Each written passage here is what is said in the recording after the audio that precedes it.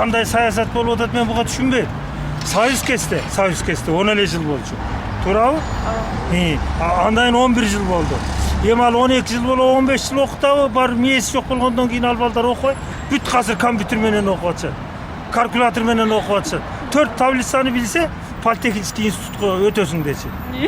Hozir hech narsa yo'q. Kim bu ilitkaga boradi? Bu ilitkani bari javoqtiradi. Büt menchiklashtirib ketdi deb. Еще год добавлять. Мы еле когда учимся. Зачем? 12 лет это слишком. Кейбірлері бір емес 2 институтты бүтіп атпайбы. Анан кейін эми бул 12 жыл деген азыр балдардын билим сезими өтө күчтүү.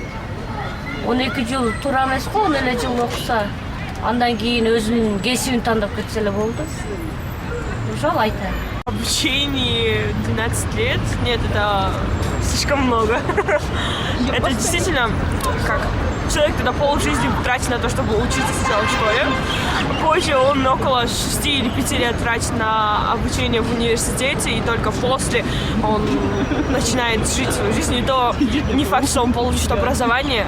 Это очень трудно, и находиться там среди своих сверстников довольно трудно, так как сверстники в данном, в наш век, это очень трудно. Илгерки 20-жылдын адамдар мисалы 10 класстан же 8 класстан бүтсө мисалы 11, 12 класста болбогат да мисалы. Азыркы балдар мисалы 8 класстан же 9 класстан окуудан ташап калган да. Это неправильно. Почему ты 12 лет учиться, а сейчас люди нормально 11 год не могут закончить, а 12 лет это тоже как бы слишком, и сейчас у учителей даже зарплаты мало же, им как бы, не знаю, наверное, им тоже трудно 12 лет учить. Ну, как бы, лично мое мнение. 2 жыл 11 жылда эле окуп бере ашпайбы. 11 жыл окугандан кийин вышка тапшырыш керек болуп калат. Көбүрөөк тапшыра албай калат, көбүрөөк тапшырат. Лучше деген даже 11 жылда эле көп айтканда көп окуйт да чындачы. Негизи керектүү окуулар чыста мындай 9-дун базасы менен да.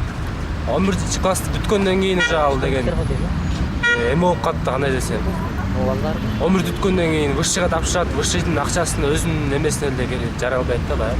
12 жылда эле кылып кереги эле жок го деп ойлойм да мен. Бул билим берүү тармагы боюнча менин көз карашым 12 жыл деген туура эмес.